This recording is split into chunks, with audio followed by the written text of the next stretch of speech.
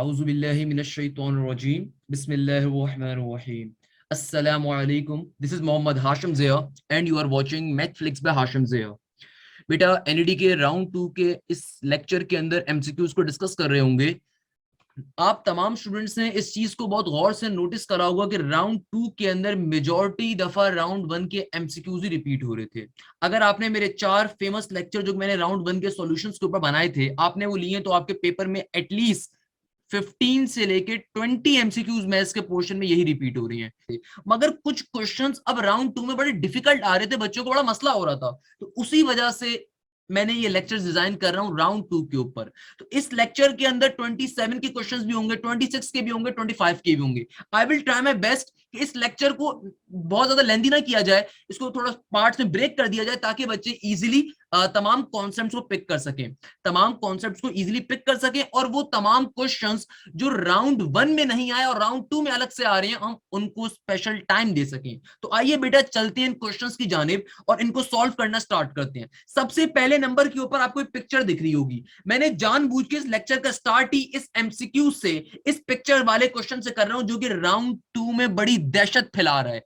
आप तमाम स्टूडेंट्स अगर थोड़ा सा भी मुझे फॉलो करते हो या किसी भी एनईडी के पेपर्स को फॉलो कर रहे थे तो ये ग्राफ वाले क्वेश्चन बेतहाशा एनईडी साइट के ऊपर पूछे जा रहे हैं और बच्चा बड़ा परेशान चल रहा है कि इन ग्राफ वाले क्वेश्चंस को कैसे सॉल्व करें। तो बेटा हम इन तमाम 4-5 ग्राफ वाले क्वेश्चंस को आज की क्लास सबसे पहले सॉल्व करेंगे। उसके बाद एक क्वेश्चन फिट पर सेकंड वाला आ रहा है, वो बच्चों को बड़ा कंफ्यूज कर रहा है, उसको भी सॉल्व करेंगे। भाई कोई मसले की बात थोड़ी है, क्लियर है ना बेटा? ये तो फायदा इन वीडियो लेक्चर्स का। अब जरा मेरी बात गौर से सुनिएगा, इस क्वेश्चन की खास बात क्या है। ये क्वेश्चन जो पेपर में आ रहा है कैसे आ रहा है बेटा? क्वेश्चन बड़ा सिंपल सा है, कह रहे displacement covered by the body according to this diagram find करनी है। 4 ऑप्शंस गिवन है। अब हो सकता है आपको ये डायग्राम जरा डिफिकल्टी हो रही हो समझने में, तो मैं 2 बातें कर देता हूं। पहली बात तो ये कि मेरे फेसबुक पेज पे तमाम क्वेश्चंस अपलोड हैं। सेकंड बात, मैं नीचे डिस्क्रिप्शन में ड्राइव का लिंक डाल दूंगा, वहां से भी आप सारी इन पीडीएफ फाइल्स को डाउनलोड कर सकते हो, कोई मसले की बात नहीं है। मगर यहाँ पे भी मैं इस क्वेश्चन को तरीके से समझा देता हूँ आपको। देखो इस क्वेश्चन में क्या हो रहा है, इसको मैं थोड़ा और जूम कर लेता हूं ताकि मेरे तमाम स्टूडेंट्स को इजीली ये बात समझ में आ जाए। अब बेटा देखो इस क्वेश्चन के अंदर आपको ये ग्राफ गिवन है, आपसे कहा जा रहा है डिस्प्लेसमेंट निकालनी है। वाई एक्सिस के ऊपर आपको वेलोसिटी गिवन है और एक्स एक्सिस के ऊपर आपको अल्लाह भला करे क्या गिवन है, टाइम गिवन है। सही है ना? और ये जो बॉडी का ग्राफ गिवन है आपको इस तरह से गिवन है। किस तरह से आपको जरा पहले मैं एलैबोरेट कर देता हूं कि भाई देखो यहाँ पे आपकी गिनती चल रही है 1 2 3 4 5 जो भी चल रही है यहाँ पे भी चल रही है। ये एज इट इज क्वेश्चन आया था पेपर में। अब देखो ये आपकी जो आपकी बॉडी है ना वो पहले इस वाई एक्सिस से यहां पे आई, फिर वापस ये ऊपर गई और फिर यहां पे गई। तो ये टोटल ग्राफ आपके पास आ रहा है। आपको ऐसी बॉडी की डिस्प्लेसमेंट निकालनी है इस ग्राफ के थ्रू। मैं बहुत डिटेल में ये क्वेश्चन आपको क्लियर कर रहा हूं बेटा, इस बात को ध्यान में रखिएगा। अच्छा अब कैसे निकालेंगे, जरा गौर से मेरी बात सुनिएगा। इस क्वेश्चन को या इन तरह के क्वेश्चन को करने के 2 तरीके होते हैं।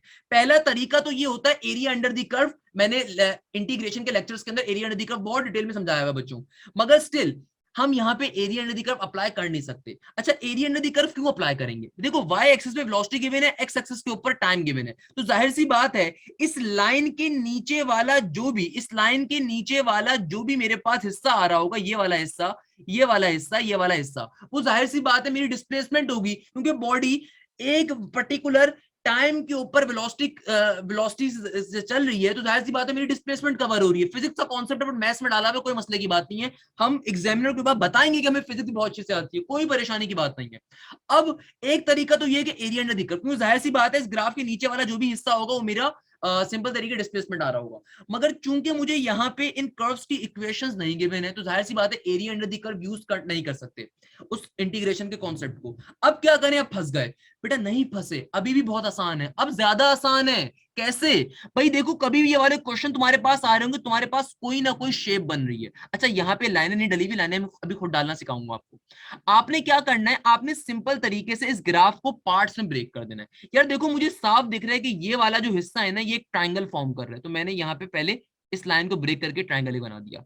अब यहां से यहां तक देखो ये भी एक ट्राइंगल बन सकता है अगर मैं यहाँ पे डॉटेड लाइंस बना दूं, और ये इस तरीके से एक लाइन सीधी ऊपर जा रही है, तो इसके नीचे कुछ भी है, तो मैंने यहाँ पे भी डॉटेड लाइन बना दी जहां पे एंडिंग हो रही थी। तो मेरे पास बेसिकली अब इस ग्राफ से 3 स्ट्रक्चर्स आ गए। ये वाला स्ट्रक्चर 1 आ गया, ये स्ट्रक्चर 2 आ गया, स्ट्रक्चर 3 आ गया। देखो मुझे क्या निकालनी है? डिस्प्लेसमेंट। जो डिस्प्लेसमेंट आएगी ना वो जाहिर सी बात है जो बॉडी ने यहाँ पे पूरा ट्रेवल करा होगा, यहां पे पूरा ट्रेवल करा होगा और यहां पे पूरा ट्रेवल करा होगा। अगर मैं इन तीनों के इंडिविजुअल एरियाज को फाइंड कर लूं, क्या कहा, दोबारा सुनना बात को, कंफ्यूज ना हो जाओ। अगर मैं इस वाली ग्राफ, इस वाली फिगर का एरिया, इस फिगर का एरिया और इस फिगर के एरिया को फाइंड कर लूं, एरिया को फाइंड करने के बाद तीनों के एरियाज को ऐड कर दूं, तो जाहिर सी बात है इस पूरे स्ट्रक्चर के अंदर, इस पूरे स्ट्रक्चर के अंदर जो मेरे पास इस ये जो बॉडी ने डिस्प्लेसमेंट कवर करी होगी उसका आंसर आ जाएगा। हो सकता है आपको मेरी बात कंफ्यूजिंग लग रही हो, मगर बेटा बिलीव भी, मैंने 3 से 4 क्वेश्चन जो राउंड 2 में आए हैं वो अलग से निकाल के रखे हैं। तो बिल्कुल परेशान नहीं होना, बिल्कुल परेशान नहीं होना, ठंडा सा सांस लेना है और फिर अभी मेरी बात को खाली समझो क्या कह रहा हूं, अभी मैं सॉल्यूशन करके दिखाऊंगा, बिल्कुल परेशान नहीं होना। क्लियर है ना बेटा? अब देखो, सबसे पहले हम इस ट्राइंगल पे जाते हैं। Area of a triangle, area of a triangle का फॉर्मूला क्या होता है? कौन सा बच्चा मुझे बताएगा? ये फिगर 1 है, उसको A1 कह देते हैं। हाफ बेस इनटू हाइट, ऐसा ही है ना मेरा बच्चा? बिल्कुल ऐसे ही, सारे बच्चे जल्दी से बोलो भाई। अब देखो बेस की वैल्यू क्या आ रही है, यहाँ पे 0 है, ओरिजिन, ओरिजिन से लेके 6 तक जाऊंगा तो क्या आ जाएगी मेरा बच्चा? 6 आ जाएगी। यानी कि हाफ का हाफ, बेस की वैल्यू क्या आ गई? 6। हाइट की वैल्यू बताओ भाई, कौन बताएगा हाइट की वैल्यू? देखो ओरिजिन से लेके ऊपर तक जाऊंगा तो ये लाइन कहां पे एंड हो रही थी? इस पॉइंट के ऊपर, तो यहां से लेके यहां तक का डिस्टेंस क्या आ गया? 6 आ गया। तो मेरा बच्चा 6 6 36, 36 डिवाइडेड बाय 2 कितना होता है भैया? A1 की वैल्यू 36 डिवाइडेड बाय 2, 2 1 2 8 16, तो मेरे पास A1 की वैल्यू आ जाएगी 18। यानी कि मेरे पास फिगर 1 का एरिया आ गया 18। अब गौर से देखो इस फिगर को, इस फिगर को मैंने ब्रेक कर दिया ना, तो मेरे पास ये भी एक ट्रायंगल बन गया। हम ब्रेक कर क्यों रही है? अपनी आसानी के लिए, क्योंकि एरिया नजीक अप्लाई नहीं कर सकते, कर सकते, तो हम स्मॉल पार्ट्स का, फिगर्स का एरिया निकाल के सॉल्व कर लेंगे। भाई बहुत बच्चों वाला कॉन्सेप्ट है, अगर तुमने कैम्ब्रिज 6 7 तक पढ़ी है ना, वहां पे जो D1 D2 किताबें होती है, वहां पे ऐसे क्वेश्चन बहुत होते थे। नहीं भी पढ़ी तो मैं पढ़ा देता हूँ, क्या मसले की बात है। अब देखो फिगर 2 है, इसका भी एरिया निकालूंगा। कैसे निकालूंगा? बिल्कुल परेशान नहीं होना, जरा गौर से देखो। ये ट्राइंगल कहां से स्टार्ट हो रहा है? यहां से स्टार्ट हो रहा है, कहां तक जा रहा है? यहां तक जा रहा है। तो इसकी बेस की वैल्यू क्या होगी? A2, फॉर्मूला वही होगा, हाफ बेस इंटू हाइट। तो हाफ का हाफ एज इट इज फॉर्मूले का, बेस इंटू हाइट। बेस जरा गौर से देखो क्या होगी इसकी। ये ट्राइंगल यहां से 6 से स्टार्ट हो रहा है, 8 तक जा रहा है, तो 8 में से 6 निकाल दो, बेस कितनी आ जाएगी? 2 आ जाएगी। हाइट कितनी होगी इसकी? जो अपर वाली वैल्यू है वो यहां तक जा रही है 4 तक, तो 4 तक चली जाएगी। 2 से 2 कैंसिल आउट, तो A2 की वैल्यू तुम्हारे पास बेटा क्या आ जाएगी? 4 आ जाएगी। क्लियर है यहां तक की बात? अब A3 पे जाऊंगा। अब जरा A3 को गौर से देखो भाई। A3 के लिए ये सिंपल एक लाइन गिवन है। अच्छा, बहुत सारे बच्चों ने तो इस लाइन को इग्नोर कर दिया, पता नहीं ये लाइन क्यों गिवन है। अबे अल्लाह के बंदो, इस लाइन का काम करेंगे। कैसे काम करेंगे कि मैंने यहाँ पे डॉटेड लाइन ड्रॉ कर दी, अब ये मेरे पास एक ट्राइंगल, रेक्टेंगल बन गया। रेक्टेंगल बन गया तो मेरा बच्चा, रेक्टेंगल के एरिया का फॉर्मूला क्या होता है? सिंपल तरीके से लेंथ इनटू ब्रेथ होता है रेक्टेंगल के एरिया का। यार बेसिक मैथ्स है, ये आम बात है, आपको पता है। मैं सिर्फ आपको क्वेश्चन बहुत तरीके समझा रहा हूं बेटा, कोई मसले की चीज नहीं है। क्वेश्चन बहुत इंपॉर्टेंट है, क्वेश्चन बहुत इंपॉर्टेंट है, सही है ना बेटा? Length into breadth. अब देखो लेंथ की वैल्यू क्या आ रही है तुम्हारे पास। अब देखो ये जो रेक्टेंगल है ना, ये 8वें से स्टार्ट हुआ है, कहां तक जा रहा है? यहाँ पे ये वाली वैल्यू 13 है। 8वें से स्टार्ट होकर 13 तक जा रहा है, तो 8 में से 13 निकाल दो, क्या बन जाएगा? 13 में से 8 निकालो, 5। यानी कि बेस की इसके पास जो लेंथ आ रही है, लेंथ इंटू ब्रेथ होता है, लेंथ सॉरी ब्रेथ की वैल्यू कह लो यार, क्या आ रही है इसके बाद? 5 आ रही है। 13 में से 8 निकाले तो क्या आ गया? 5 आ गया। मल्टीप्लाई बाय ब्रेथ कितनी आ रही है इसकी? देखो यहाँ पे कौन सी वैल्यू है इसकी, यहाँ ये वाली वैल्यू कौन सी आ रही है इसकी, इधर जाके देख लो, ये 4 है। 4 कहां से लेके यहां से आए, यानी कि ये वाली जो पूरी इसकी वैल्यू आ रही है, कितनी आ रही है? 4 आ रही है। तो 5 4 आर 20, तो A3 की वैल्यू क्या आ जाएगी मेरा बच्चा? 20। बिल्कुल परेशान नहीं होना, दोबारा भी एक्सप्लेन कर दूंगा, क्वेश्चन पहले समझो काइंडली। अब मैंने इस फिगर का एरिया भी निकाल लिया, इस फिगर का भी निकाल लिया, इसका भी निकाल लिया, लास्ट में तीनों को ऐड कर दूंगा, मेरा आंसर आ जाएगा। तो A1 की वैल्यू क्या? 18 प्लस का 4 प्लस का 20, सॉल्व कर लो, ऐड कर दो तीनों को, तो आंसर क्या आ जाएगा? 42। चेक करो कि आंसर में कहीं 42 गिवन है भाई? 20 गिवन है, 48 गिवन है, 36 गिवन है, और ये रहा 42, ये इसका आंसर होगा। बताओ भाई क्वेश्चन क्लियर है नहीं क्लियर है? दोबारा समझाऊं एक बार? कोई मसले की बात नहीं बेटा, दोबारा भी समझा दूंगा, कोई मसले की बात नहीं है। जरा गौर से देखो, जल्दी से कोई रिवीजन करते हैं फिर आगे बढ़ते हैं। आपको ये ओवरऑल फिगर गिवन होगी, सही है ना? आपसे कहा जा रहा है डिस्प्लेसमेंट निकालो, किस स्ट्रेटेजी के ऊपर जाएंगे भाई? इस लाइन से नीचे वाली जो भी चीज होगी वो मेरा जाहिर सी बात है क्या है? डिस्प्लेसमेंट है, जो मेरी बॉडी ने कवर करी है। अब वो कैसे निकालें भाई? सिंपल सा concept, area under the curve वाला। चूंकि इक्वेशंस नहीं गिवन है तो हम इंडिविजुअल फिगर्स के ऊपर जाएंगे। अच्छा, ये क्वेश्चन बहुत लकी है, ये क्वेश्चन बहुत इजी है। इसके बाद इसके अब्बू वाला क्वेश्चन करवाऊंगा, जो भी राउंड 2 में एक और आया, और बच्चों से तो होके नहीं दिया, बहुत सारे बच्चों से, क्योंकि यहाँ पे तो फिर भी शेप्स बन रही थी, उस क्वेश्चन में शेप्स नहीं बन रही है, उस क्वेश्चन में बच्चों को शेप्स खुद बनानी पड़ेंगी। तो कोई मसले की बात नहीं, बेसिक कॉन्सेप्ट समझ में आ गया, चुटकी बजाते वो क्वेश्चन भी सॉल्व करोगे और सोचोगे भाई ये क्वेश्चन तो नर्सरी का बच्चा सॉल्व करता है। किस पैटर्न पे करेंगे जरा गौर से देखिएगा। क्या करा भाई आपने? यहाँ पे इसका, इस डायग्राम का अलग एरिया निकाला, इसका अलग निकाला, इसका अलग निकाला, और लास्ट में तीनों को ऐड कर दिया। बताओ भाई कोई मसला? ये ट्रायंगल बन रहा है, ट्रायंगल का एरिया का फॉर्मूला सबको पता है, half into base into height. यहाँ पे भी ट्रायंगल बन रहा था, half into base into height. यहाँ पे रेक्टेंगल बन रहा था, क्या होता है, simple length into breadth. Simple तरीके से हो गया, क्या मसले की बात है भाई, लोग परेशान चल रहे हैं इस क्वेश्चन के ऊपर। आइए अगला क्वेश्चन करते हैं, जिस क्वेश्चन की बात कर रहा था आपसे। हाँ भाई देख लो जरा इस क्वेश्चन को, देख लो, दहशत फैला रहा है ये क्वेश्चन, ये वाला भी। पहले देख लो इस क्वेश्चन को क्या कह रहा है, फिर मैं इसको जूम वगैरह करके आपको शो भी कर दूंगा, बिल्कुल परेशान नहीं होना बेटा, हमसे पढ़ लो, सही है ना। अब इस क्वेश्चन को देखो क्या कह रहा है, कहता है displacement covered by the object. बच्चे के पेपर में 3 इस तरह के क्वेश्चन आ गए, बच्चा बेहोश होने वाला है। बच्चा कहता है सर पता नहीं क्या दे दिया सर, ये तो आपने करवाया नहीं था। अल्लाह के बंदे, बेसिक कॉन्सेप्ट है। अब देखो कैसे निकालोगे, क्या कह रहे हैं, displacement cover by an object that follows the diagram below. तो बात वही कर रहा है, निकालना वही है। मगर इस क्वेश्चन को देखो, इस क्वेश्चन में डायग्राम कैसी गिवन है, सर ये क्या करें इसके अंदर। अब जरा गौर से मेरी बात सुनना, देखो कोई मसले की बात नहीं है, तुम्हें निकालना क्या है, तुम्हें तुम्हारी जो बॉडी है ना, पहले वो यहाँ, इसने पहले हॉरिजॉन्टल डिस्टेंस कवर कर, अच्छा बात वही है, यहाँ पे भी तुम्हें वेलोसिटी गिवन है, नीचे तुम्हें टाइम गिवन है, तुम्हें डिस्प्लेसमेंट निकाली है ना, क्योंकि और तुम्हारी फिर बॉडी ने कुछ इस तरह से ट्रेवल करा नीचे तक, ये अब ये नीचे नेगेटिव ऑफ वाई पे चला गया है, उसके बाद फिर ये ऊपर आया, फिर ये स्ट्रेट गया, फिर ये इस तरीके से गया। तो इस तरह से आपकी शेप बन रही है, पहले मैंने शेप हाईलाइट कर दी है, अभी मैं इसको तरीके से समझाऊंगा बेटा, बिल्कुल परेशान नहीं होना। क्लियर है ना, शेप समझ में आ गई। अब जरा तरीके से देखो, देखो ये क्वेश्चन मुझे मालूम है थोड़ा सा लेंथी जरूर लग सकता है, मगर बिलीव मी बहुत इजी है, लिटरली बहुत इजी है। कैसे भाई, देखो मैंने तुम्हें क्या कॉन्सेप्ट दिया आपको, बेसिकली इस फिगर के अंदर जो एरिया बन रहा है ना, इस डायग्राम के अंदर आपको उसको फाइंड करना है, यहां से ये वाला ये सबको फाइंड करना है, सही है ना। अब बच्चा परेशान हो गया, सर इसको कैसे फाइंड करें, ये तो इतना अजीब सा है। तो अभी फाइंड करते हैं, क्या मसले की बात है, जरा गौर से देखते जाओ। भाई सबसे पहले मुझे स्ट्रेट लाइन दिख रही है, यहां से लेके यहां तक, तो मैं पहली चीज तो ये ड्रॉ कर देता हूँ कि यहाँ पे एक मैंने अपने एक लाइन ड्रॉ कर दी। लाइन के ड्रॉ करने से क्या हुआ, ये जो अजीब सी शेप थी ना, इसके अंदर एक रेक्टेंगल बन गया और एक ट्रायंगल बन गया। अब आगे आता हूं तो इत्तेफाक से यहाँ पे मुझे पहली एक ट्रायंगल गिवन है, और यहाँ पे चूंकि मेरी लाइन ऐसे करके जा रही है, तो जाहिर सी बात है यहाँ पे भी मैंने एक वाई एक्सिस के ऊपर एक लाइन ड्रॉ कर दी, ताकि मेरा यहाँ पे भी रेक्टेंगल बन जाए। तो इस फिगर के अंदर कितने मेरे पास शेप्स आ रही हैं, पहली शेप, दूसरी शेप, तीसरी शेप, चौथी शेप। इस क्वेश्चन का कॉन्सेप्ट पिछले क्वेश्चन से ज्यादा मजे का है, क्योंकि यहाँ पे एक शेप नेगेटिव के वाई के ऊपर भी है। इसका कॉन्सेप्ट क्या होगा वो भी समझाऊंगा, बिल्कुल परेशान नहीं होना। पहला काम बस जहन में रखो, बेसिक ही है। अभी देखो पहली डायग्राम को देख लो, अच्छा कोई मसले की बात होगी, मैं यहाँ पे तरीके से इनको जोर जोर से मैं डायग्राम पढ़ भी रहा हूँ, तो आपको कोई इशू नहीं होगा इंशाल्लाह। अब देखो यहाँ पे जो आपके पास ये शेप आ रही है ना, ये कुछ भी नहीं है, सिंपल नंबरिंग हुई भी है। यहाँ पे नंबर 10 है, यहाँ पे क्या नंबर है, 10 है। और ताकि बस ये मेरे ख्याल में इसी के अंदर देखने में इशू हो रहा होगा, तो मैंने बता दिया।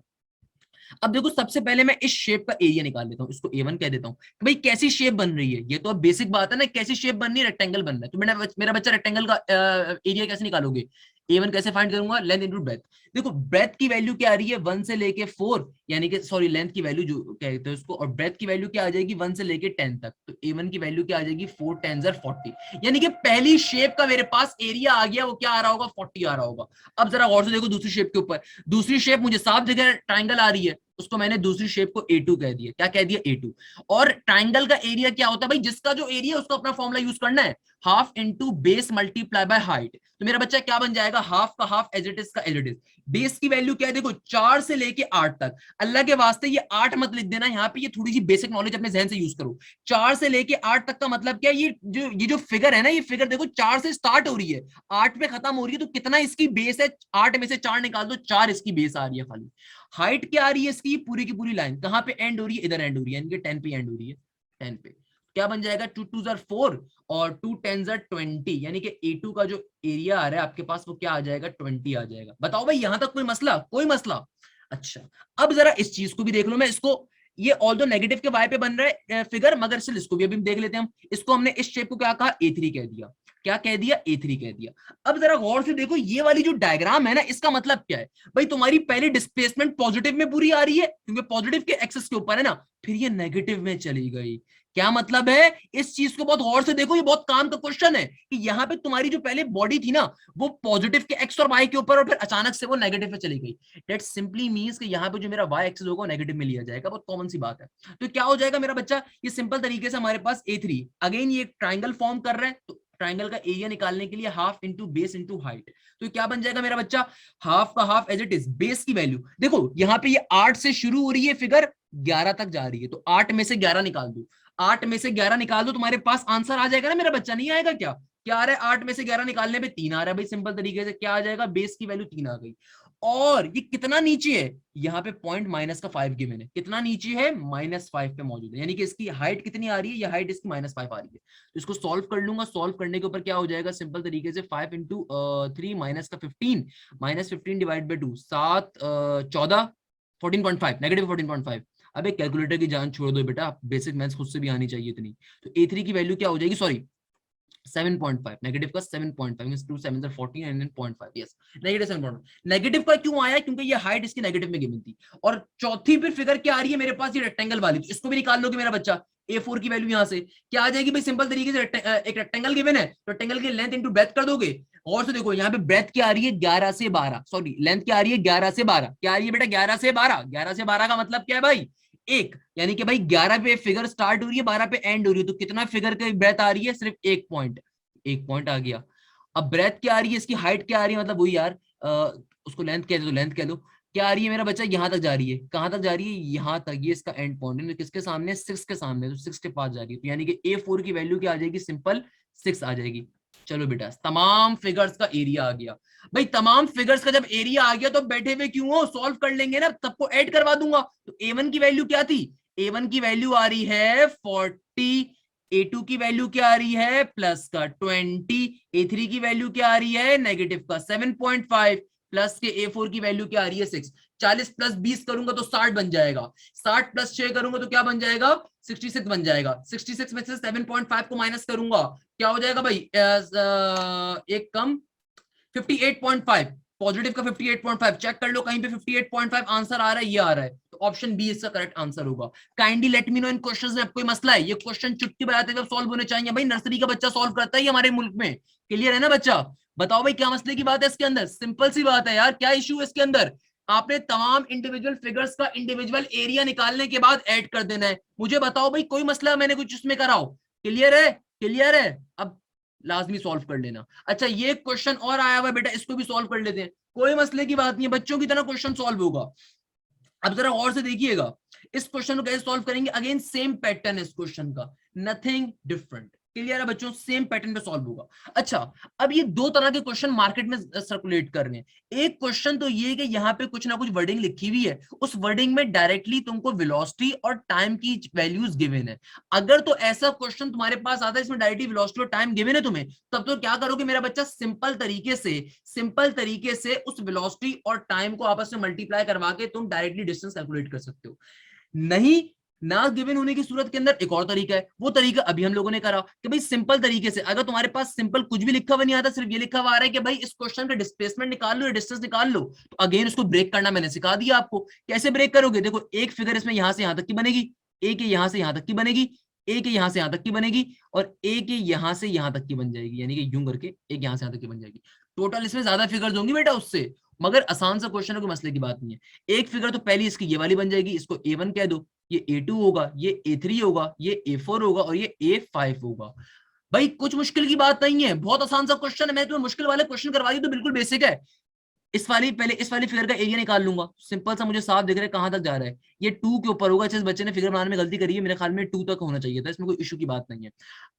अगेन ये क्वेश्चन थोड़ा सा ब्लर है, तो यहाँ पे ये जो एंड वैल्यू होगी ना 2 तक जानी चाहिए, इसने 1.5 तक ली हुई है, बट कोई मसले की बात नहीं है, इंडिविजुअल फिगर्स का एरिया निकालने के बाद सिंपल सबको ऐड कर दोगे आंसर आ जाएगा, और जो भी नेगेटिव में आ रहा है यानी कि नेगेटिव के वाई के ऊपर तो ऑब्वियसली वो माइनस हो रही होगी वो वाली फिगर का एरिया, बाकी सारा काम सेम होगा। तो अब बताओ ये क्वेश्चन सॉल्व कर सकते हो नहीं कर सकते, ये भी मुझे करवाना पड़ेगा, चलो मैं करवा देता हूँ, कोई मसले की बात नहीं है भाई। ये फिगर वन का एरिया कैसे निकालूंगा, ये ट्राइंगल बन रहा है तो क्या हो जाएगा हाफ बेस इंटू हाइट, अब देखो यहाँ पे बेस ये वाली होगी, मेरा ख्याल है ये 2 तक जा रहा था, इस बच्चे ने गलती करके यहाँ पे खाली यहीं तक कर दिया है, बट चलो जो मुझे गिवन है फिगर के अंदर उसको देख लेते हैं। लेट सपोज ये 1 और 2 के दरमियान है तो 1.5 होगा, 1 और 2 के अगर दरमियान आ रहा है, और हाइट क्या होगी इसकी, कहां तक जा रही है, मेरे ख्याल में 40 गिवन है, 10 20 30 40 40 तक जा रहा है, तो 40 होगी ये, सॉल्व कर लूंगा A1 के लिए कुछ ना कुछ आ जाएगा। फिर A2 के ऊपर जाऊंगा, A2 मेरे पास स्क्वायर आ रहा है, सही है ना, स्क्वायर की खास बात क्या होती है, अगर तो ये स्क्वायर बन रहा है, अगेन इसने फिगर में घपला करा है, वरना ये रेक्टेंगल बन रहा होगा, रेक्टेंगल के ऊपर लेंथ टू ब्रेथ एरिया होता है,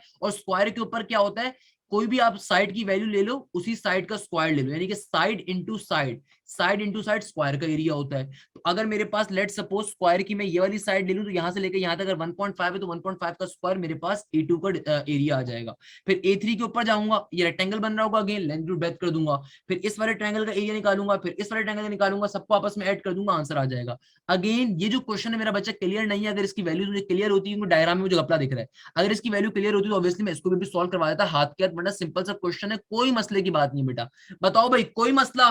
कोई मसला? अब ये क्वेश्चन सारे के सारे सॉल्व कर लोगे ना? वैसे भी पीडीएफ में जब हम आगे जाएंगे ना, तो हमें ये क्वेश्चन सही तरीके से किसी और बच्चे के हाथों में मिल जाएगा, मैंने सारे पेपर्स उनके मर्ज कर दिए हैं।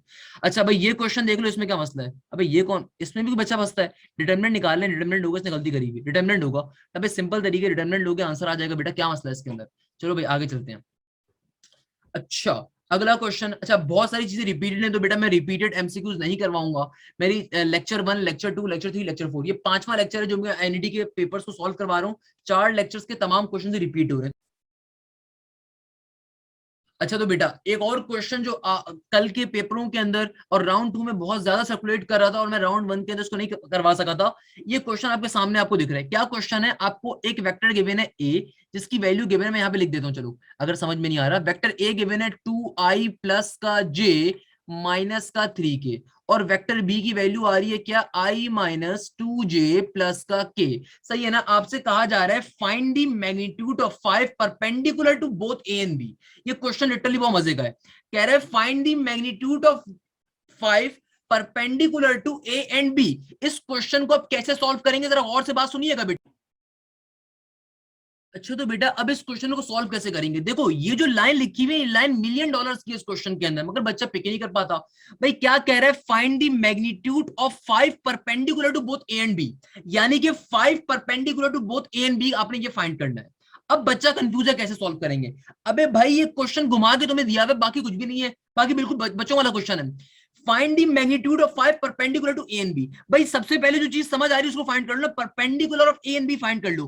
कैसे फाइंड करते हो ए और बी का परपेंडिकुलर? अगर मैं तुमसे कहूं तो भाई तुम क्या करोगे? सबसे पहले तुम्हें वेक्टर ए और बी गिवन है, क्या करो इसका क्रॉस प्रोडक्ट ले लो। क्रॉस प्रोडक्ट ले लूंगा मैं, क्या बन जाएगा? ये आई जे के, आई के नीचे आई वाली टर्म 2, जे के नीचे जे वाली माइनस का 1 माइनस का 3, नीचे क्या हो जाएगा मेरा बच्चा? सिंपल तरीके से 1 माइनस 2 प्लस का 1। तो वेक्टर ए इंटू बी का परपेंडिकुलर या क्रॉस प्रोडक्ट कैसे निकाल लूंगा हम? सिंपल तरीके से आई वाला आई इधर ही, और यहाँ पे जब पहली डिटरमिनेंट को सॉल्व करवा रहे हो तो क्या करोगे? ये वाला कॉलम ये इग्नोर, तो क्या आ जाएगा? 1 माइनस 3 माइनस 2 1।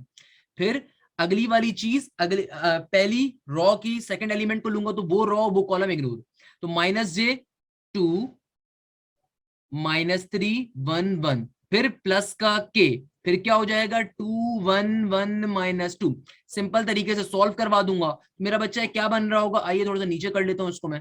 ये मेरा बच्चा सिंपल तरीके से हो जाएगा आई 1 1 जार 1 माइनस साइन फॉर्मूले का 3 2 जार पॉजिटिव का 6, माइनस का जे 2 1 जार 2 माइनस माइनस प्लस का 3, फिर प्लस का के 2 2 जार माइनस का 4 माइनस माइनस 1, तो क्या बन जाएगा? आई का आई, एक में से 6 निकालो, माइनस का 5, माइनस का जे एज इट इज 2 प्लस 3 क्या होता है मेरा बच्चा? सिंपल तरीके से बहुत ही आसान सी चीज, क्या होता है भाई? 2 प्लस 3 5 माइनस 4 प्लस का के as it is minus 4 minus 1 क्या हो जाएगा मेरा बच्चा? माइनस का 5 हो जाएगा।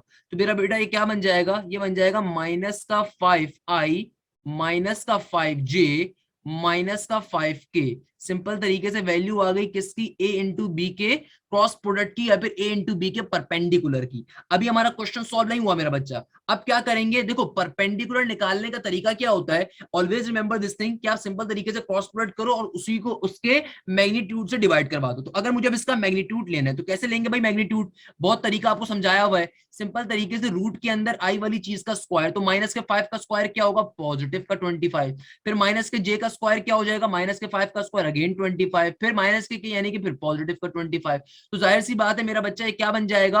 रूट के अंदर 25 प्लस 25 प्लस 25 क्या हो जाएगा भाई? 25 प्लस 25 प्लस 25। सिंपल तरीके से ये बन जाएगा तुम्हारे पास 5 इंटू रूट 3, 5 इंटू रूट 3 बन रहा होगा, क्या बन जाएगा? Simple 5 into root 3।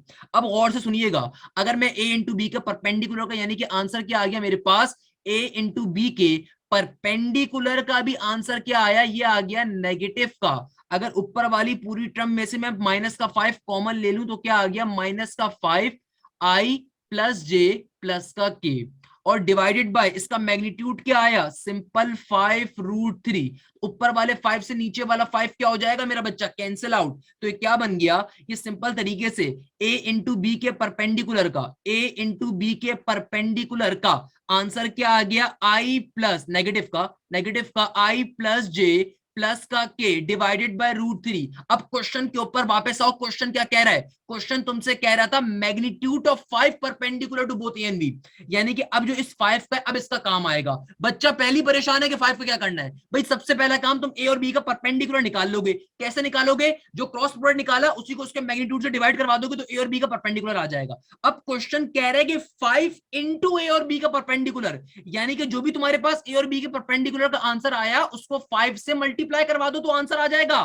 तो क्या बन जाएगा, माइनस का 5 इंटू आई प्लस का जे प्लस का के डिवाइडेड बाय √3। ये आपका क्या आ गया मेरा बच्चा, फाइनल आंसर आ गया। इस पैटर्न के ऊपर ये क्वेश्चन सॉल्व हो रहा था। मुझे बताओ भाई क्या मसला है इस क्वेश्चन के अंदर, सिंपल तरीके से क्वेश्चन सॉल्व होगा नहीं होगा, क्या पैटर्न है भाई, बहुत ही आसान सा पैटर्न है। हमने क्या काम करा, हमने कहा कि अगर a इंटू बी मेरा वेक्टर आ रहा है तो हमने सिंपल तरीके से सबसे पहले उसका क्रॉस प्रोडक्ट निकाला और फिर उस क्रॉस प्रोडक्ट के जरिए उसका मैग्नीट्यूड फाइंड कर लिया। तो परपेंडिकुलर निकालने का तरीका क्या होता है कि जो भी तुम्हारा क्रॉस प्रोडक्ट हो उसको उसी के मैग्नीट्यूड से डिवाइड करवा दो, करवा दिया। तो ये मेरे पास मेरे मैग्नीट्यूड मेरे परपेंडिकुलर का, दोनों वेक्टर्स के परपेंडिकुलर का आंसर आ गया। मगर क्वेश्चन सिर्फ परपेंडिकुलर निकालने को नहीं कह रहा था, बल्कि कह रहा था कि 5 into perpendicular of A into B, यानी कि 5 इंटू 5 को मल्टीप्लाई करो अपने फाइनल परपेंडिकुलर से। तो हमने क्या करा, सिंपल तरीके से मल्टीप्लाई करवा दिया तो आंसर आ गया। बताओ भाई क्वेश्चन क्लियर है नहीं क्लियर है, kindly let me know, question clear है नहीं क्लियर है। अगला क्वेश्चन देख लो, बहुत ही हलवा, सेम इसी कॉन्सेप्ट का, वर्क डन के कॉन्सेप्ट का। क्या कहता है, find the work done in moving an object along a straight line from 3, 2, -1 to 2, -1, 4 in a force field by force F is equal to this. भाई बहुत ही आसान क्वेश्चन है, अगर मेरे स्टूडेंट हो तो क्या करोगे। ये क्या चीज गिवन है, कहता है वर्क डन निकालो अगर तुम्हारा ऑब्जेक्ट पहले एक पॉइंट से दूसरी पॉइंट के ऊपर जा रहा है, जब उसके पास ये पर्टिकुलर फोर्स मौजूद है। तो भाई इसका मतलब तुम्हें 2 पॉइंट्स गिवन है, तुम्हें 2 डिस्टेंसेस गिवन है और तुम्हें एक फोर्स गिवन है। मैंने तो इससे बहुत मुश्किल क्वेश्चन अपने वेक्टर्स के कॉन्सेप्ट पे करवाया हुआ है वर्क डन का। क्या करोगे भाई, तुम्हारे पास d1 की वैल्यू, ये d1 है ना, पहला पॉइंट है, क्या गिवन है 3, 2, -1। तो यार इसको ब्रैकेट को ओपन कर लोगे तो क्या बन जाएगा, 3i प्लस का 2j, और आगे जाके क्या बन जाएगा, माइनस का 1k। और डिस्टेंस टू जो तुम्हें गिवन है वो क्या है, 2, -1, 4। इसका मतलब क्या है, 2i -1j प्लस का 4k।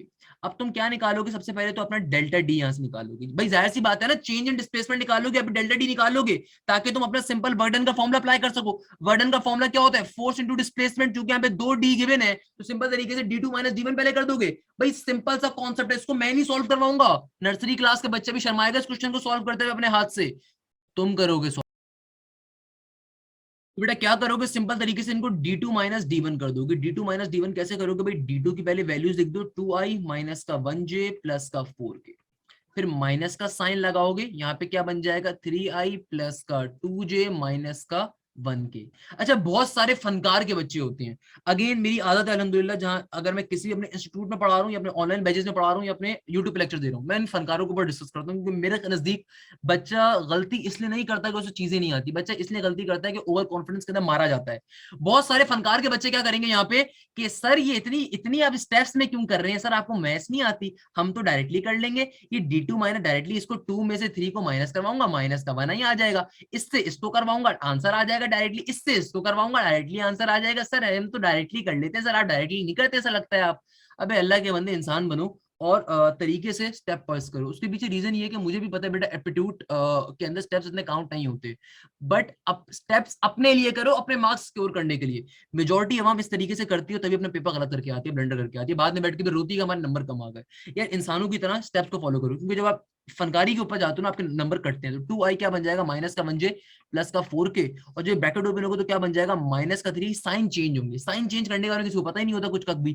क्या बन जाएगा यहाँ पे, माइनस का 2j और माइनस माइनस प्लस का 1k।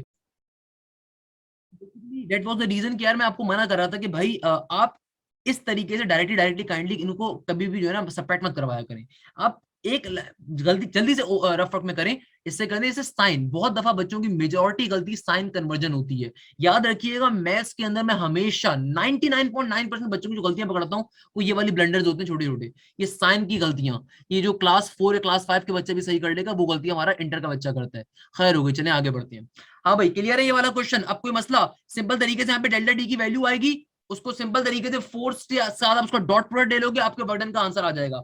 अगर नहीं करना आता डॉट प्रोडक्ट में बता देता हूँ क्या करोगे। लेट सपोज यहां से जो भी आंसर है आपका ये आ रहा होगा माइनस का वैसे आई, फिर हो जाएगा अल्लाह भला करे क्या माइनस का 3J, और फिर हो जाएगा 4K प्लस का 1K 5K प्लस का 5K प्लस का 5K। तो ये आपके पास पर्टिकुलर आपको टर्म आ रही होगी। अगर मैं रफ में सॉल्व करवा रहा हूँ तो इसमें परेशान होने की जरूरत नहीं है। अच्छा ये डेल्टा डी की वैल्यू आ गई, तो सिंपल तरीके से इसका डॉट प्रोडक्ट ले लोगे किसके साथ? फोर्स वाले वेक्टर के साथ, जो कि क्या आ रहा है 4i माइनस 3J प्लस का 2K, उससे ले लोगे। डॉट प्रोडक्ट कैसे लेते हो? आई वाला कंपोनेंट आई से, जे वाला कंपोनेंट जे से, के वाला के कंपोनेंट के से। तो सिंपल तरीके से तुम्हारे पास वर्डन का आंसर आ जाएगा जूल्स के अंदर। क्लियर है ना भाई बच्चों? कोई मसले की बात इसके अंदर? अगला क्वेश्चन देख लो। अगला क्वेश्चन क्या आ रहा है? सिंपल तरीके derivative ln x square plus 2x के ऊपर। भाई ln का डेरिवेटिव में क्या फॉर्मूला होता है? जो भी फंक्शन आ रहा है उसको एक बार लिखो डिवीजन के अंदर, फिर उस फंक्शन का डेरिवेटिव ले लो। फंक्शन का डेरिवेटिव कैसे लूंगा मेरा बच्चा? एक्स स्क्वायर प्लस 2x का डेरिवेटिव क्या होगा? एक्स स्क्वायर का डेरिवेटिव 2x और प्लस के 2 का डेरिवेटिव 2 आ जाएगा। तो सिंपल तरीके से इसका आंसर होगा।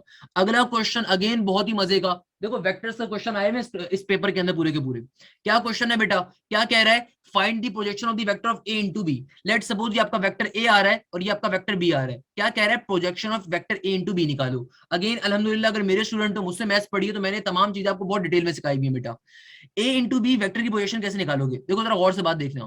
प्रोजेक्शन ऑफ वेक्टर यानी कि a इंटू बी की प्रोजेक्शन फाइंड करनी है।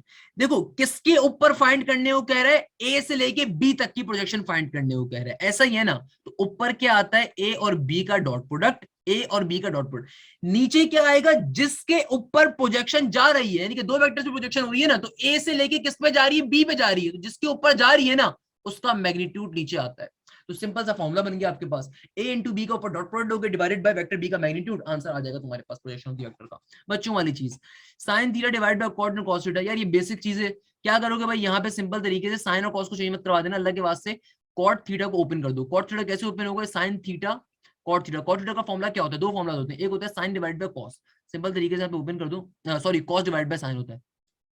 क्या फॉर्मूला होता है? कॉट थीटा का फॉर्मूला होता है cos theta divided by sine theta into cos theta cos theta. Maths का बेसिक असूल है, एक साथ चीज डिवाइड हो रही है, सबसे नीचे वाली चीज ऊपर जाके मल्टीप्लाई हो जाएगी। तो ऊपर क्या बन जाएगा? साइन स्क्वायर थीटा, नीचे भी क्या बन जाएगा? Simple cos square theta. अब मुझे नहीं पता इसके क्या आंसर्स गिवन है, जो भी आंसर्स गिवन होंगे उस मुताबिक मैच वैच करके सॉल्व आगे आप प्रूफ करवा दोगे। इस तरीके से क्वेश्चन सॉल्व हो जाएगा बच्चों की तरह, क्या मसले की बात है। Sine square theta given minus cos हो जाएगा। अगेन ये मुझे आंसर्स नहीं पता कि इसके क्या चार ऑप्शंस आ रहे हैं, उसके मुताबिक आप इसको राइट हैंड साइड बना लोगे अपनी। अच्छा भाई, equation of a line passing through the origin having a slope infinity dash. यार मेरे अगर स्ट्रेट लाइन के लेक्चर्स लिए हुए बच्चों की तरह क्वेश्चन सॉल्व कर सकते हो।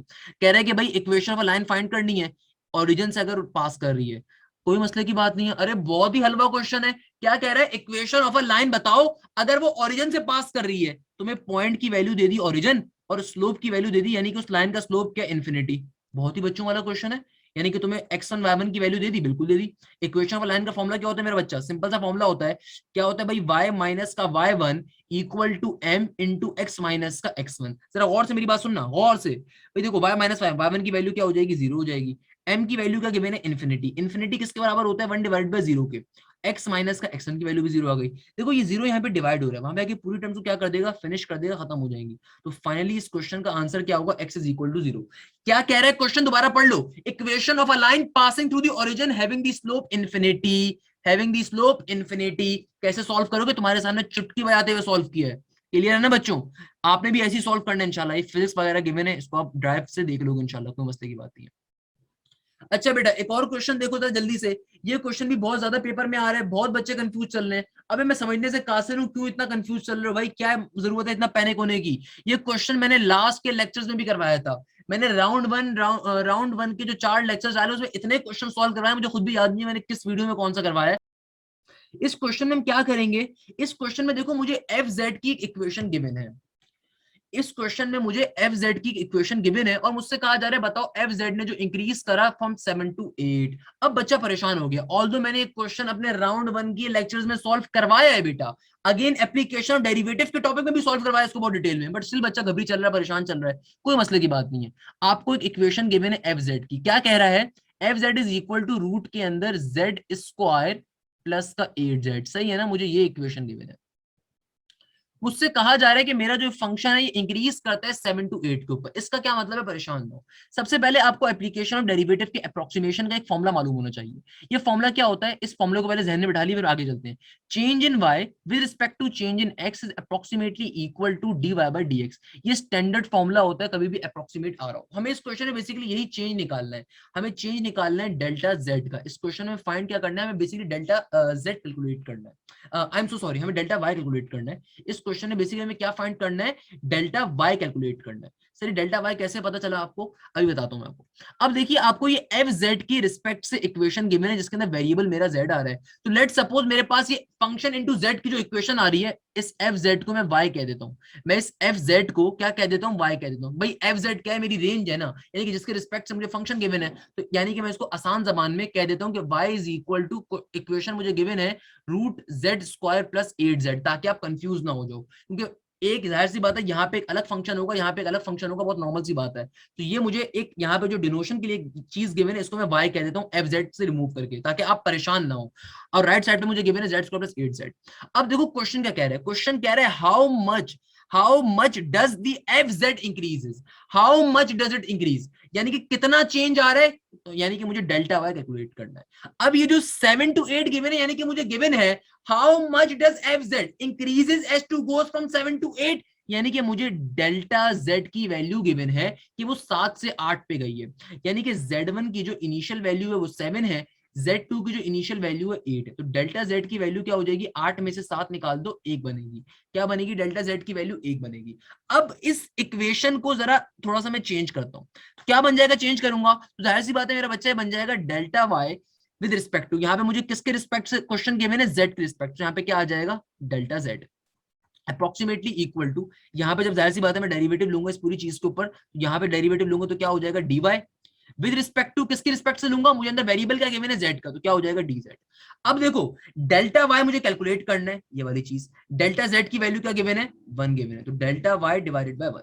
और dy बाय dz कैसे आएगा, इस इक्वेशन के ऊपर डेरिवेटिव लेके, इस इक्वेशन के ऊपर डेरिवेटिव लेके, यानी कि इस इक्वेशन के ऊपर कैसे लेंगे डेरिवेटिव, जरा और से देखिएगा, क्या करूंगा बेटा, डेरिवेटिव ले लूंगा किसके ऊपर, root Z square plus 8z के ऊपर। कैसे डेरिवेटिव लूंगा, कभी भी रूट के ऊपर डेरिवेटिव लेते हैं तो हाफ का हाफ एज इट इज, जो भी रूट वाली टर्म होती है उसको एज इट इज एक बार लिखा जाएगा, जेड स्क्वायर प्लस का 8z, और फिर रूट के अंदर वाली चीज का डेरिवेटिव लूंगा तो क्या बन जाएगा, रूट के अंदर आ रहा है Z square, Z square derivative 2z, और क्या हो जाएगा 2z प्लस का 8।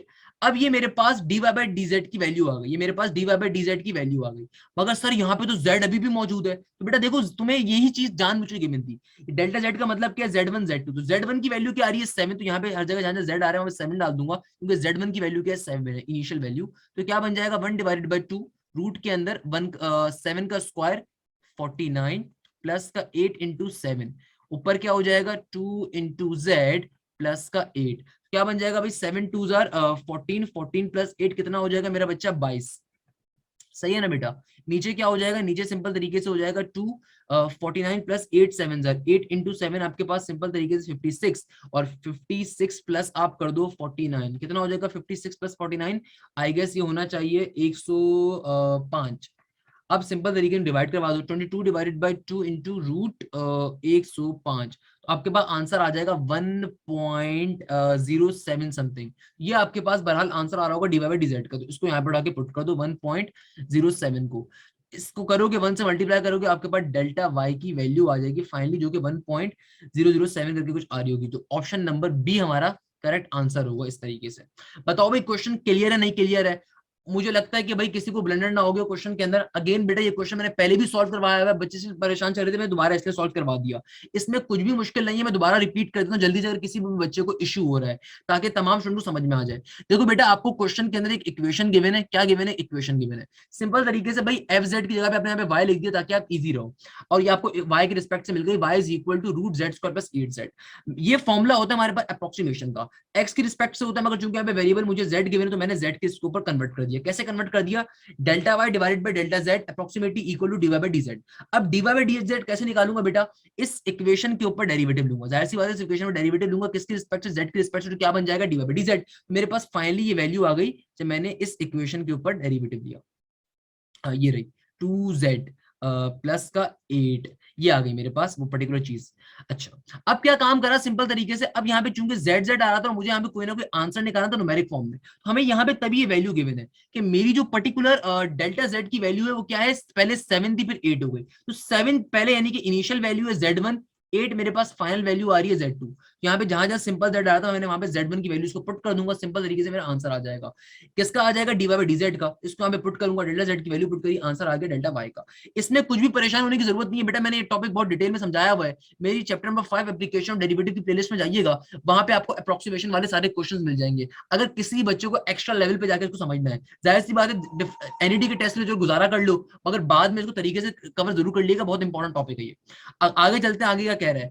अच्छा भाई अगला क्वेश्चन बहुत ही बच्चों वाला आ रहा है, क्या क्वेश्चन है बेटा, -8 -6 -4 गिवन है, सीरीज निकालनी है, सम 90 तक का गिवन है। अबे बहुत बार रिपीट हो चुका है राउंड 1 के अंदर भी, सिंपल तरीके से सॉल्व कर लोगे, करवाने की नीड नहीं समझता मैं इसको।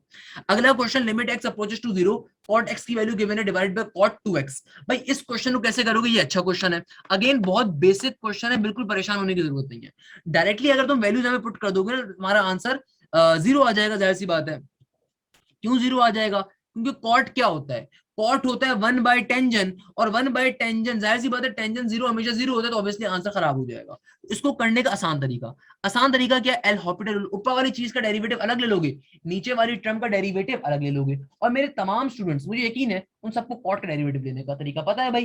कॉट का डेरिवेटिव क्या होता है, cosec स्क्वायर, तो भैया ऊपर क्या बन जाएगा, नेगेटिव का cosec स्क्वायर एक्स, नीचे क्या बन जाएगा, नीचे cot 2x, नीचे क्या बन जाएगा मेरा बच्चा, नीचे बन जाएगा नेगेटिव के cosec square x square 2x में 2 है ना यहाँ पे, और फिर एंगल का डेरिवेटिव जब मैं लूंगा तो एंगल का डेरिवेटिव सिंपल 2 आ जाएगा। ऊपर वाले cosec स्क्वायर से नीचे वाला cosec स्क्वायर नेगेटिव के साइन से नेगेटिव साइन कैंसिल आउट हो जाएगा। सिंपल तरीके से क्या बन जाएगा, ये मेरे ख्याल में बन रहा होगा, limit x approaches to 0 1 divided by 2। तो कभी भी लिमिट किसी भी नॉर्मल नंबर पे अप्लाई होती है तो उसका आंसर कोई नंबर ही होता है, तो 1 डिवाइड बाय 2 इसका आंसर होगा। मेरा ख्याल है इस बच्चे ने क्वेश्चन में गलती करी है, ऊपर cos x था नीचे cot x था। ये क्वेश्चन भी अगेन रिपीटेड क्वेश्चन है तो इसलिए मुझे क्वेश्चन याद है। इस क्वेश्चन में ये क्वेश्चन था, क्वेश्चन बच्चे ने गलत लिखा हुआ है, cot x divided by cot 2x। Again इसको भी बेसिक मेथड के ऊपर करोगे, ऊपर एल हॉपिटल ले लो, ऊपर cos x का डेरिवेटिव क्या हो जाएगा, सिंपल sin x बन जाएगा, नीचे क्या हो जाएगा मेरा बच्चा cot 2x, cot 2x का डेरिवेटिव लोगे तो क्या बन जाएगा, अगेन ये नीचे बन रहा होगा सिंपल तरीके से नेगेटिव का cosec स्क्वायर 2x इनटू तुम्हारे पास क्या आ जाएगा, सिंपल 2। अब cosec क्या होता है, 1 डिवाइडेड बाय साइन स्क्वायर होता है, इसको नीचे से ऊपर सेंड कर देना, और सिंपल तरीके से सिंप्लीफिकेशन करोगे तुम्हारा आंसर आ जाएगा। मेरे ख्याल में इसका आंसर इधर 2 था या 1/2 था, इस तरीके से क्वेश्चन सॉल्व हो रहा होगा, बहुत ही इजी सा क्वेश्चन है। क्लियर है यहाँ तक की बात, तो आगे बढ़ते हैं। अगला क्वेश्चन जो आज के पेपर में बहुत इंपॉर्टेंट आया उसको भी जरा सॉल्व कर लेते हैं जल्दी से। क्या कह रहे हैं इस क्वेश्चन के अंदर, ये वाला क्वेश्चन नंबर 5 इंपॉर्टेंट है, बट उससे पहले क्वेश्चन नंबर 4 भी देख लेते हैं। अच्छा आपको दो पर्टिकुलर लाइंस गिवन है, उनके दरमियान एंगल निकालना है। अब यार ये क्वेश्चन इतने हलवा क्वेश्चन, चैप्टर नंबर 2 3 के स्ट्रेट लाइन के, मेरा बच्चा बहुत ही आसान सा क्वेश्चन, कैसे सॉल्व करोगे, तुम्हें दो लाइंस की इक्वेशन गिवन है भाई, दोनों का स्लोप निकाल लो, बारी बारी टेंजेंट थीटा का फॉर्मूला अप्लाई कर देना, क्या मसले की बात है।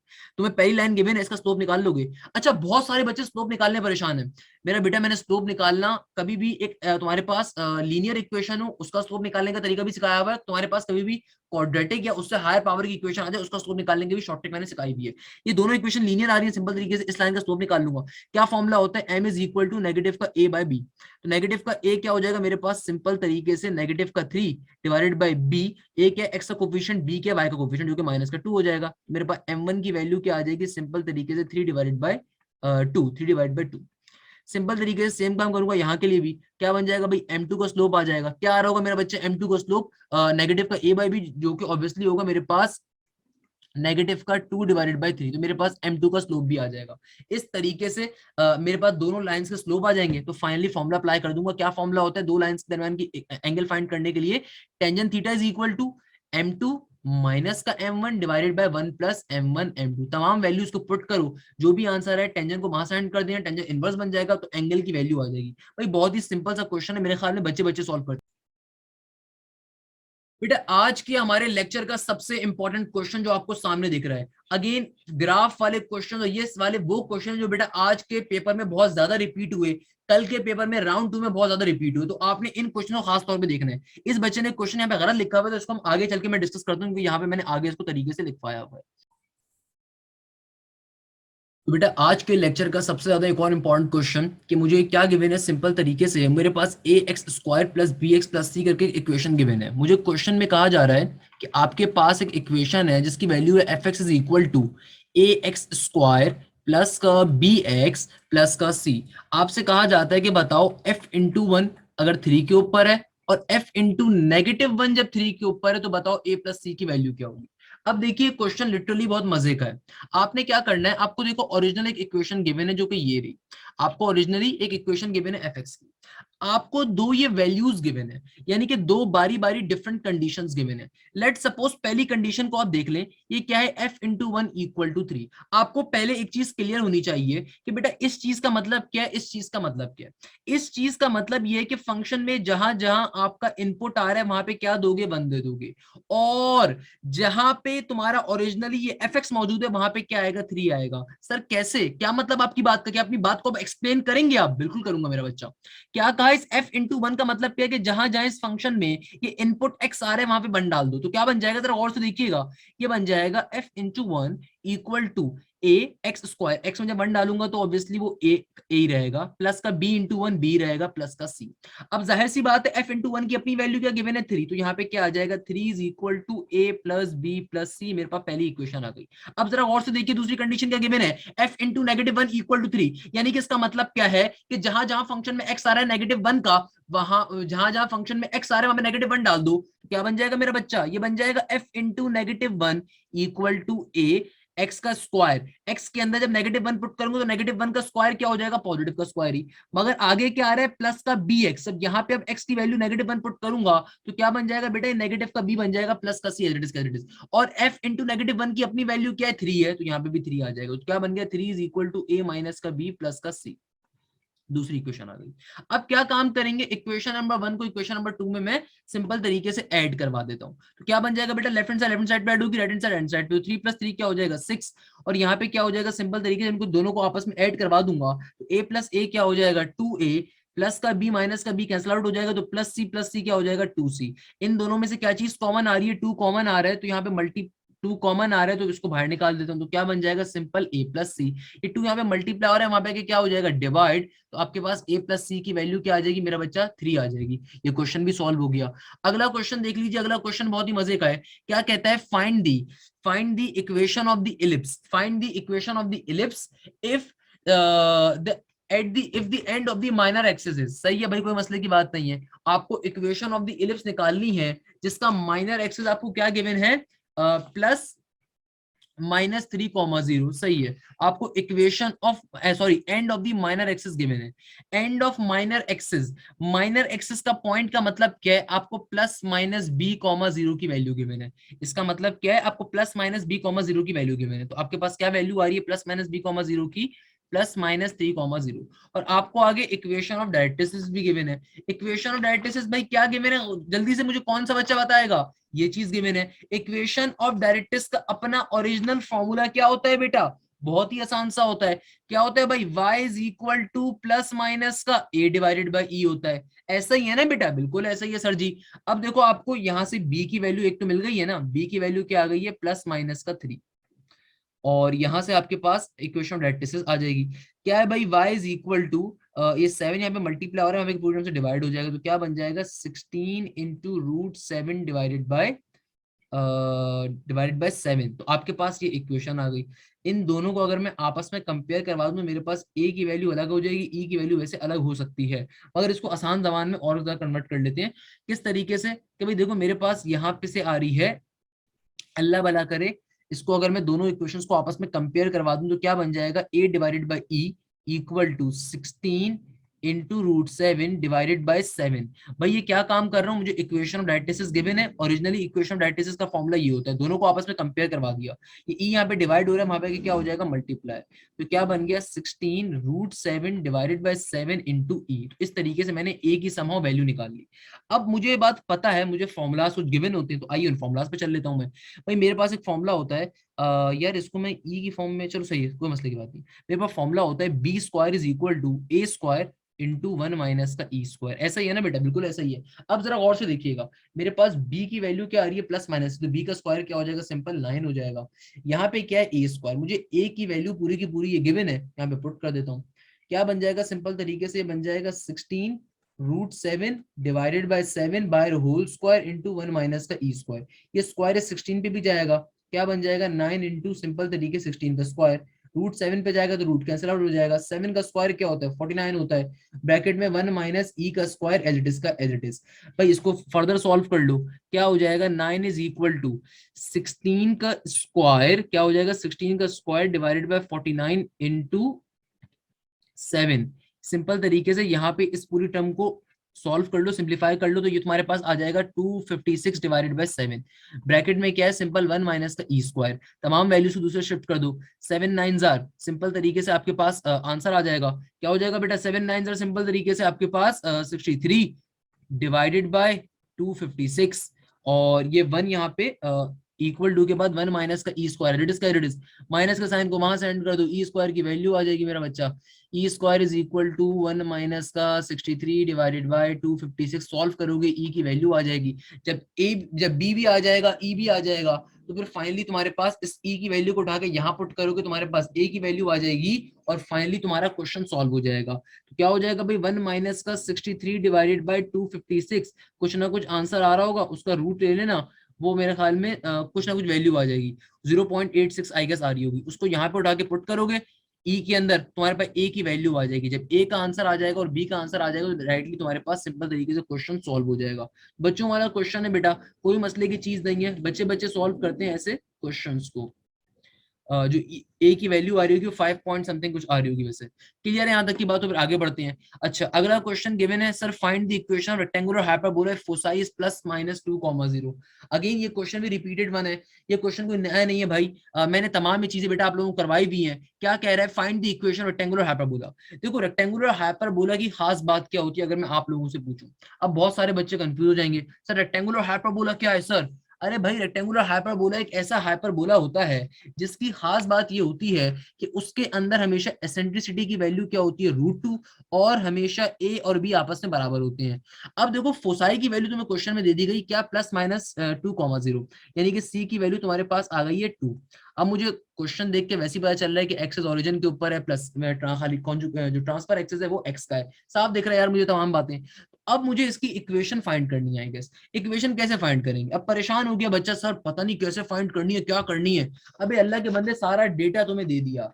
भाई देखो, तुम्हें बात मालूम है C is equal to a into e कोई फॉर्मूला होता है, तुम बोलोगे सर बिल्कुल पढ़ा रिलेशन हम लोगों ने ये वाला। भाई C is equal to A formula होता है ना, बिल्कुल होता है। तुम्हारे पास देखो C गिवन है, C गिवन है, E रेक्टेंगुलर हाइपरबोला। अच्छा ये चीज तुम्हें क्वेश्चन में नहीं गिवन कि रेक्टेंगुलर हाइपरबोला की एसेंट्रिसिटी क्या होती है, मगर रेक्टेंगुलर हाइपरबोला की एसेंट्रिसिटी हमेशा √2 होती है, तुम्हें पता होना चाहिए। एग्जामिनर कभी अपने मुंह से नहीं बताएगा कि भाई रेक्टेंगुलर हाइपरबोला की एसेंट्रिसिटी √2 होती है। जिस बच्चे के पास कॉन्सेप्ट होगा खाली वही कर सकता है इसको।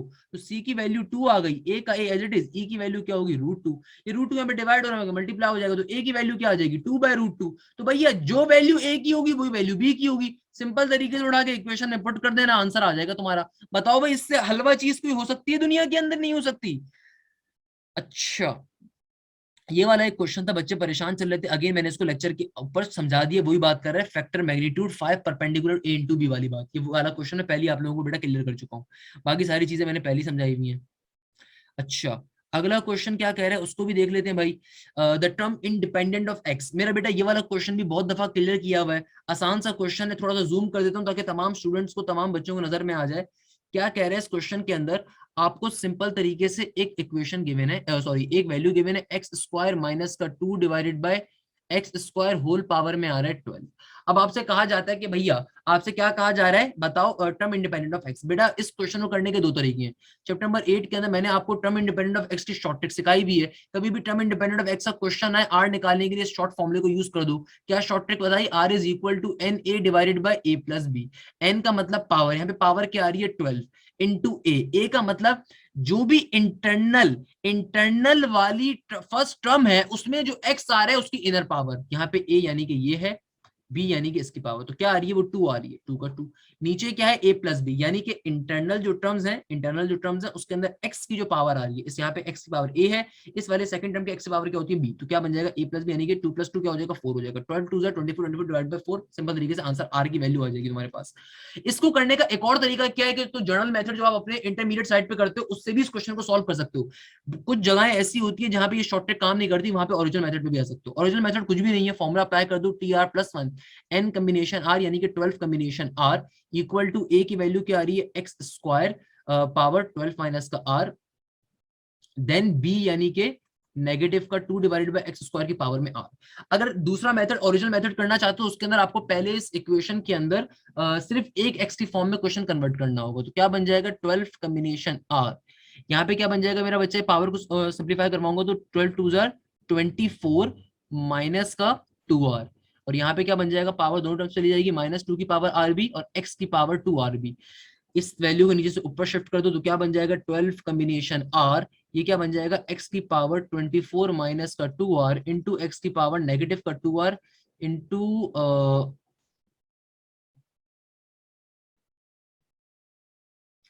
इंटू नेगेटिव 2 की पावर r। मेरा बच्चा क्या हो जाएगा, सिंपल तरीके से 12 कॉम्बिनेशन r, यहाँ पे तमाम दोनों एक्स से मल्टीप्लाई और इनकी पावर्स आपस में क्या हो जाएंगी, ऐड हो जाएंगी। Whenever bases are same power always add, क्या बन जाएगा मेरा बच्चा 24 माइनस का 4r इंटू नेगेटिव के 2 की पावर r।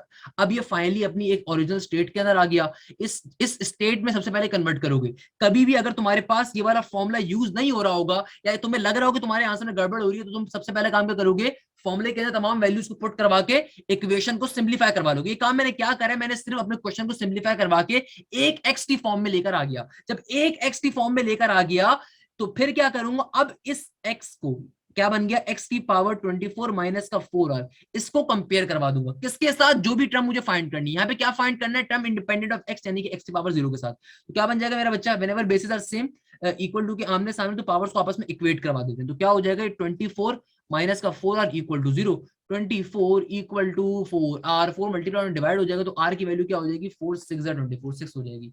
इस जगह से भी आंसर वही आया वैसे आपका, 4 3 12, तो 3 2 r की वैल्यू यहां से भी 6 आई। ये लंबा मेथड इसलिए आप यूज करोगे अगर कभी ये फॉर्मूला यूज नहीं हो रहा होगा, मेरी ये शॉर्ट ट्रिक यूज नहीं हो रही, वरना मेरी ये शॉर्ट ट्रिक अल्हम्दुलिल्लाह मोर देन इनफ है।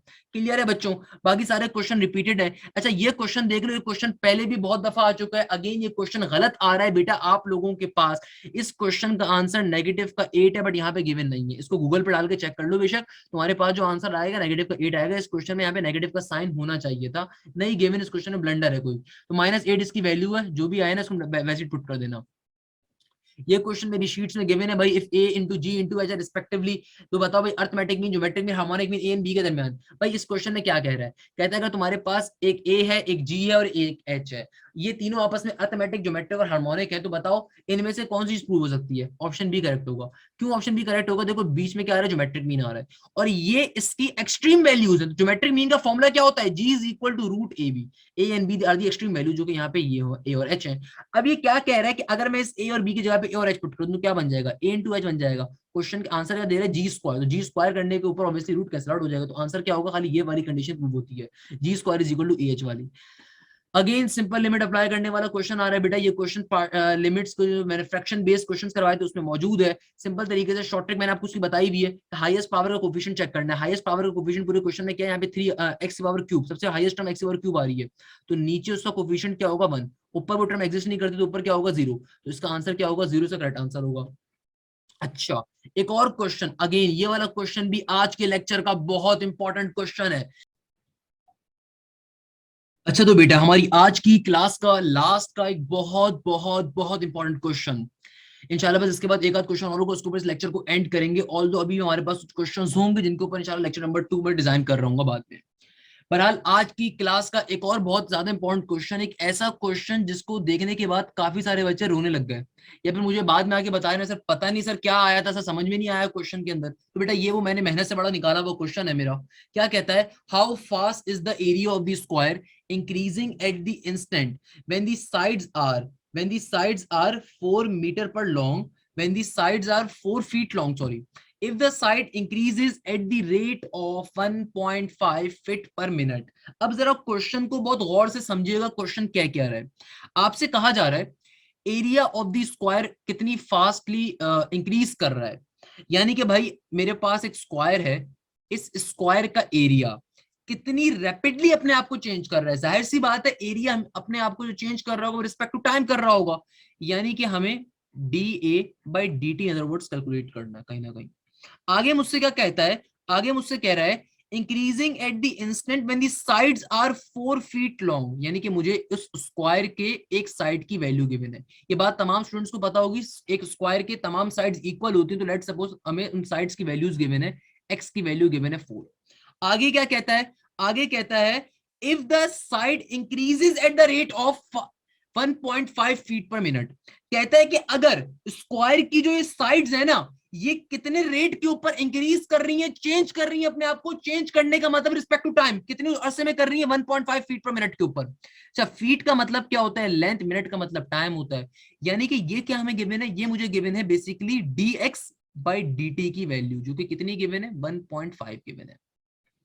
अब इस क्वेश्चन को जरा गौर से समझिएगा, अभी तक मैंने क्या बातें करी हैं। बेटा ये क्वेश्चन ब्रिलियंटली पूछा गया है, बिलीव मी ये क्वेश्चन नस साइड पे पूछे जाते हैं मगर एनईटी साइड अगर आ रहा है I am really really amazed. बहुत अच्छा क्वेश्चन है। क्या कह रहा है, how fast is the area of the square, यानी कि मुझे एरिया ऑफ अ स्क्वायर निकालना है with respect to time, increasing at the instant when the sides are 4 feet long. मुझे एक साइड की वैल्यू दे दी x इज इक्वल टू 4, यानी तमाम साइड्स की value x is equal to 4 आ रही है। If the side increases at a rate of, और साइड इंक्रीज किस पे कर रहे हैं, इस रेट के ऊपर कर रहे हैं, तो अगर एक साइड को मैंने x कहा तो क्या बन गया dx/dt की वैल्यू 1.5 की है।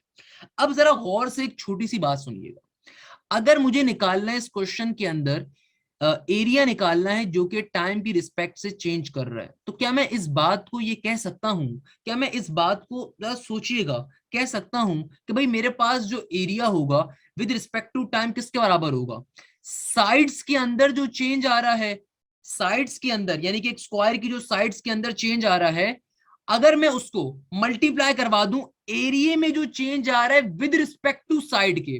क्या जुमला कहा, जरा जुमले को बड़े गौर से सुनिएगा। मैंने कहा कि अगर मुझे इस क्वेश्चन में ये बात निकालनी है कि भाई area of the square with respect to time, तो इस बात को मैं क्या ऐसे कह सकता हूं कि भाई ये बराबर होगा, जाहिर सी बात है जो साइड्स के अंदर चेंज आ रहा है टाइम की रिस्पेक्ट से इनटू जो एरिया में चेंज आ रहा है विद रिस्पेक्ट टू। भाई सिंपल तरीके से फॉर्मूला बन गया हमारे पास। अब क्या करेंगे, पहले इस चीज को कैलकुलेट कर लेता हूं। कैसे कैलकुलेट करूंगा बेटा, एरिया का फॉर्मूला क्या होता है ये बात तमाम स्टूडेंट्स को पता है। एरिया क्या होता है भाई, साइड इंटू साइड। स्क्वायर का एरिया क्या होता है, साइड इंटू साइड। तो अगर मैंने एक साइड को एक्स लिया और दूसरी साइड भी एक्स है तो क्या बन जाएगा, एक्स स्क्वायर बन जाएगा। तो एरिया का फॉर्मूला क्या होता है, एक्स स्क्वायर। अगर मैं इस एरिया के फॉर्मूले के ऊपर डेरिवेटिव ले लूं एक्स की रिस्पेक्ट से तो क्या बन जाएगा, dA/dx is equal to 2x। ऐसा है कि ऐसा नहीं है, अब तमाम स्टूडेंट्स बोलेंगे सर बिल्कुल ऐसा ही है। यानी कि मेरे पास dA/dx की वैल्यू क्या आ गई 2x, इसको उठा के मैं पुट कर देता हूं। और मेरे पास dx/dt की वैल्यू क्या है 1.5, तो इस dx/dt की जगह पे 1.5 आ जाएगा और इस dA/dx की जगह पे क्या आ जाएगा, सिंपल 2 इंटू एक्स। क्या आ जाएगा, सिंपल 2 इंटू एक्स। तो 1.1.5 as it is, as it is 2 का 2 एज इट इज। एक्स की वैल्यू क्या है मेरा बेटा, एक्स की वैल्यू है 4, तो 4 2 8 एंड 8 इंटू 1.5 आंसर क्या आ जाएगा 12 आ जाएगा। इस क्वेश्चन का आंसर होगा। किसी बच्चे को अगर ये क्वेश्चन समझने में मसला हुआ दोबारा सुन लीजिए बेटा, बहुत ही मजे का क्वेश्चन है, आसान सा क्वेश्चन है, मैंने मुश्किल मेथड पे नहीं करवाया। चाहता है इसको इसके मुश्किल मेथड में भी करवा सकता है और आपको मसला हो जाता। क्या कह रहा है, आपको सिंपल तरीके से एरिया ऑफ अ स्क्वायर निकालना है that is changing with respect to time. उसके लिए हमने एक फॉर्मूला लगाया। क्या फॉर्मूला लगाया, तो भाई मैंने कहा जो भी मेरे पास साइड चेंज होगी विद रिस्पेक्ट टू टाइम वो ऑब्वियसली बराबर होगा area with respect to side के। यानी कि हमने कुछ भी नहीं करा, हमने सिंपल तरीके से एक स्ट्रेटेजी अप्लाई करी। हमने कहा कि भाई जो भी मेरे पास area with respect to time का आंसर होगा वो बेसिकली बराबर होगा जो भी मेरी साइड के अंदर चेंज आएगा विद रिस्पेक्ट टू टाइम की, जिसकी वैल्यू क्वेश्चन ने मुझे गिवन थी, multiply by the area with respect to that side, यानी कि उस पर्टिकुलर फिगर का जो एरिया चेंज हो रहा है साइड्स के चेंज होने से, साइड्स की वजह से। और वो किस तरीके से आएगा, उसका कुछ भी मुश्किल तरीका नहीं है कि जो भी मेरे पास एरिया का फॉर्मूला था उस पर डेरिवेटिव लिया, मेरे पास सिंपल तरीके से इस D A by D x की वैल्यू आ गई, इसको उठा के हमें पुट कर दिया, इस D x by D T की वैल्यू पहले गिवन थी मुझे, सिंपल तरीके से एक्स की वैल्यू पुट करी, आंसर आ गया भाई। इस तरीके से हमारे एक और क्वेश्चन इंपॉर्टेंट सॉल्व हो गया। आज की क्लास का बस एक लास्ट क्वेश्चन। अब देखिए ये क्वेश्चन मैंने किसी वजह से अपने लेक्चर में शामिल करा हुआ है जो आपके सामने दिख रहा है। इस क्वेश्चन की खास बात की तरह गौर से देखिएगा, ये क्वेश्चन बहुत ही इजी सा है। तमाम स्टूडेंट्स बोलेंगे सर पता नहीं आपने ये वाला क्वेश्चन क्यों शामिल कर दिया, डी की वैल्यू गिवन है, थीटा गिवन है, एस फाइंड करना है। मेरा बच्चा एस का फॉर्मूला आर थीटा होता है, ये बात मुझे भी मालूम है, ये बात आपको भी मालूम होगी, ये बात क्लास 4 के बच्चे को भी मालूम होगी और तरीके से पढ़ता है। मगर बेटा यहाँ पे जो एंगल गिवन है वो एंगल डिग्री में गिवन है, वाइल आप उस एंगल को पहले ऑब्वियसली सी बात है रेडियन में कन्वर्ट करवाओगे फिर सॉल्व करोगे। बहुत सारे बच्चे directly x is equal to r theta करके आ गए होंगे अपने पेपर के अंदर और खुश बैठे हुए होंगे, उनके मार्क्स पूरे मिलेंगे। बेटा मार्क्स डायरेक्टली कट हो जाएंगे, क्योंकि S is equal to r theta वाला जो फॉर्मूला होता है यहाँ पे हमेशा जो थीटा रखा जाता है वो रेडियन बेस रखा जाता है, कभी भी डिग्री बेस नहीं रखा जाता। तो इस चीज को बस ध्यान में रखिएगा। अगला क्वेश्चन जल्दी से देख लीजिए, ये सिंपल सा कॉम्प्लेक्स नंबर का एक क्वेश्चन आया, बच्चे बड़े परेशान चल रहे थे कैसे सॉल्व होगा। भाई बहुत ही आसान सा क्वेश्चन है, रियल पार्ट को रियल पार्ट से कंपेयर करवाओगे, इमेजनरी पार्ट को इमेजनरी पार्ट से कंपेयर करवाओगे। भाई यहाँ पे क्या आ रहा है जरा गौर से देखो, ये सिंपल तरीके से 3x इंटू 2y माइनस का 1, एक टर्म इक्वेशन ये है यहाँ पे, एक इक्वेशन यहाँ पे क्या आ रही है 5 माइनस का 2x इंटू 5 माइनस का 6y। भाई रियल पार्ट से उसको मैं डायरेक्टली भी कर सकता हूँ, मैंने आपको ऑर्डर पेयर की फॉर्म में भी दिखा दिया। ये रियल पार्ट है, रियल पार्ट को रियल पार्ट से कंपेयर करवा दो, क्या बन जाएगा 3x is equal to 5 minus का 2x। इमेजनरी पार्ट को इमेजनरी से कंपेयर करवा दो तो क्या हो जाएगा 2y माइनस का 1 इक्वल टू 5 माइनस का 6y। तो यहाँ पे क्या हो जाएगा, तमाम x वाली टर्म्स को एक साइड पे कर देता हूँ, simple x is equal to 5 एक वैल्यू आ जाएगी, यहाँ पे क्या हो जाएगा सिंपल तरीके से माइनस का 1 माइनस का 5 माइनस का 6y माइनस का 2y, माइनस 6 माइनस 2 माइनस का 8y और माइनस का 6, सिंपल तरीके से y की वैल्यू पॉजिटिव का 6/8, तो कुछ ना कुछ आंसर आ जाएगा। इस तरीके से ये क्वेश्चन भी सॉल्व हो जाएगा। भाई सिंपल सा क्वेश्चन है, मुझे काइंडली बताओ बेटा क्या मसला है। फिर कहते हो कि सेकंड राउंड मुश्किल आ रहा है, अबे अल्लाह के बंदो बहुत ही आसान आ रहा है, बताओ बेटा क्या मुश्किल है इसके अंदर, कोई मसला। अगला क्वेश्चन एक और डेरिवेटिव का, बहुत सारे बच्चे डेरिवेटिव के क्वेश्चन भाई मुझसे अगर पढ़ा है, मैंने ईकेट मैथ्स के लिए अपनी वीडियोस में तमाम क्वेश्चन सॉल्व करवाए हुए हैं। अगला क्वेश्चन क्या कह रहा है, y is equal to x की पावर cos x। बेटा कैसे सॉल्व करोगे इस क्वेश्चन को, बहुत ही आसान तरीका, क्या कहता है सिंपल x की पावर cos x, यानी कि फंक्शन पे पावर फंक्शन आ रही है, किस पैटर्न पे सॉल्व करोगे। जरा गौर से मेरी बात सुनना, भाई नीचे वाली चीज को मैं कह देता हूं क्या fx, ऊपर वाली चीज को कह देता हूं gx। हमारे पास एक फॉर्मूला होता है किस चीज का, प्योर एक्सपोनेंशियल का। क्या फॉर्मूला होता है, ये फॉर्मूला होता है कभी भी तुम्हारे पास फंक्शन पे फंक्शन आ जाए और उसका डेरिवेटिव लेना पड़ जाए तो फॉर्मूला कहता है ऊपर वाली चीज को पहले लिखो, डिवाइड करवा दो नीचे वाली चीज के साथ, फिर जो नीचे वाली चीज है उसका डेरिवेटिव ले लो, प्लस का साइन लगाओ, एलन लिखो, नीचे वाली चीज को एलन का फंक्शन बना दो, ऊपर वाली चीज का डेरिवेटिव लो, ब्रैकेट क्लोज करो और फिर एक बार अपने क्वेश्चन को ब्रैकेट के बाहर एडिट उतार दो। ये सिंपल सा फॉर्मूला है। अब जरा इस क्वेश्चन को देख लो, भाई नीचे वाली चीज क्या आ रही है x, तो मेरा बच्चा सिंपल तरीके से ऊपर वाली चीज क्या आ रही है cos x। तो क्या कहता है क्वेश्चन, देखो cos x divided by x, उसके बाद ऊपर नीचे वाली चीज fx का मतलब क्या, नीचे वाली चीज उसका डेरिवेटिव ले लो, x का डेरिवेटिव 1 होता है लिखने की जरूरत नहीं है, प्लस का ln fx यानी कि x का x आ जाएगा इनटू g का, g प्राइम का मतलब क्या, g का डेरिवेटिव, यानी कि ऊपर वाले फंक्शन का डेरिवेटिव, cos का डेरिवेटिव क्या होता है सिंपल माइनस का साइन x। उसके बाद एक बार अपने क्वेश्चन को एडिट देख दो, ये इसका आंसर आ जाएगा, सिंपल तरीके से क्वेश्चन सॉल्व हो गया। अगला क्वेश्चन स्केलर एरिया वाला, बेटा अगेन ये क्वेश्चन मैंने सॉल्व करवाया हुआ है, बहुत ही बच्चों वाला क्वेश्चन आई गेस लेक्चर 3 या 4 में करवाया था। अच्छा तो बेटा अगला क्वेश्चन जो हमारे पास आ रहा है एक सिंपल सी, आज इलिप्स के बहुत सारे क्वेश्चंस आए, अगेन ये सारे क्वेश्चन मैंने ऑल्दो अपने लेक्चर से आपको प्रॉपर कॉन्सेप्ट दिया हुआ है, बट एक क्वेश्चन आया, चलो मैं सॉल्व करवा देता हूँ। सिंपल सा क्वेश्चन है, इक्वेशन ऑफ इलिप्स कह रहा है कि भैया गिवन है आपको कुछ ना कुछ फोसाई वर्टिसेस वगैरह फाइंड करने होंगे। अब बच्चा परेशान चल रहा है इस क्वेश्चन को कैसे सॉल्व करोगे। भाई देखो सिंपल तरीके से ऐसा कभी भी क्वेश्चन आ जाए तो उसके अंदर तमाम एक जैसी वैल्यूज को एक साइड पे कर दो, कर दिया भाई, कर दिया, बिल्कुल कर दिया, प्लस का 13 इक्वल टू 0। अब देखो भाई इन दो टर्म्स में से जो कॉमन ले सकते हो पहले कॉमन ले लो, या फिर सिंपल तरीके से कंप्लीटिंग द स्क्वायर करवा दूं। मुझे साफ दिख रहा है, यहाँ पे कॉमन ले सकता हूँ, 4 कॉमन ले लिया, क्या बन जाएगा एक्स स्क्वायर प्लस का 2x। यहाँ पे क्या हो जाएगा सिंपल तरीके से वाई स्क्वायर माइनस का 10y इक्वल टू के बाद नेगेटिव का 13। अब completing the square strategy apply करूंगा तो क्या बन जाएगा एक्स स्क्वायर, मुझे साफ दिख रहा है यहाँ पे 1 2 ये फॉर्मूले वाला है 2ab प्लस का बी स्क्वायर, यानी कि क्या होगा सिंपल तरीके से प्लस का 1 माइनस का 1।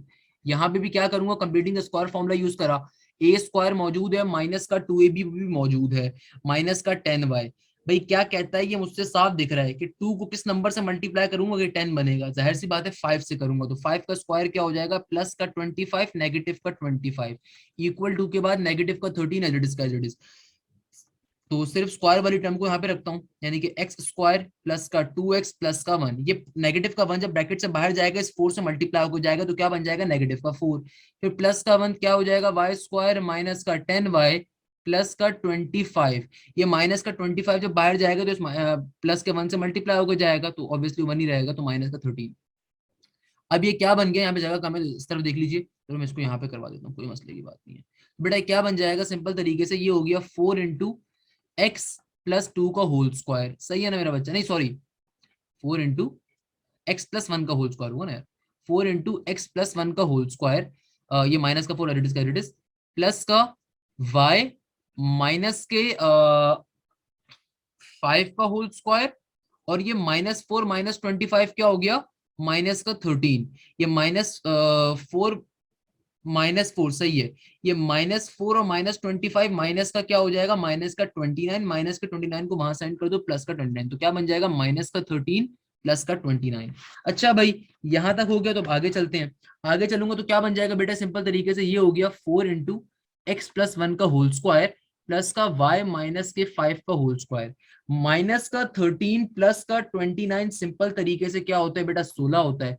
अब ये फाइनली अपनी स्टैंडर्ड फॉर्म में आ गया है, तो कांस्टेंट टर्म को दोनों से डिवाइड करवा दूंगा, क्या बन जाएगा बेटा सिंपल तरीके से x प्लस 1 का होल स्क्वायर 4 4 और 16 और प्लस का y माइनस के 5 का होल स्क्वायर डिवाइडेड बाय 16 का 16 इक्वल टू 1।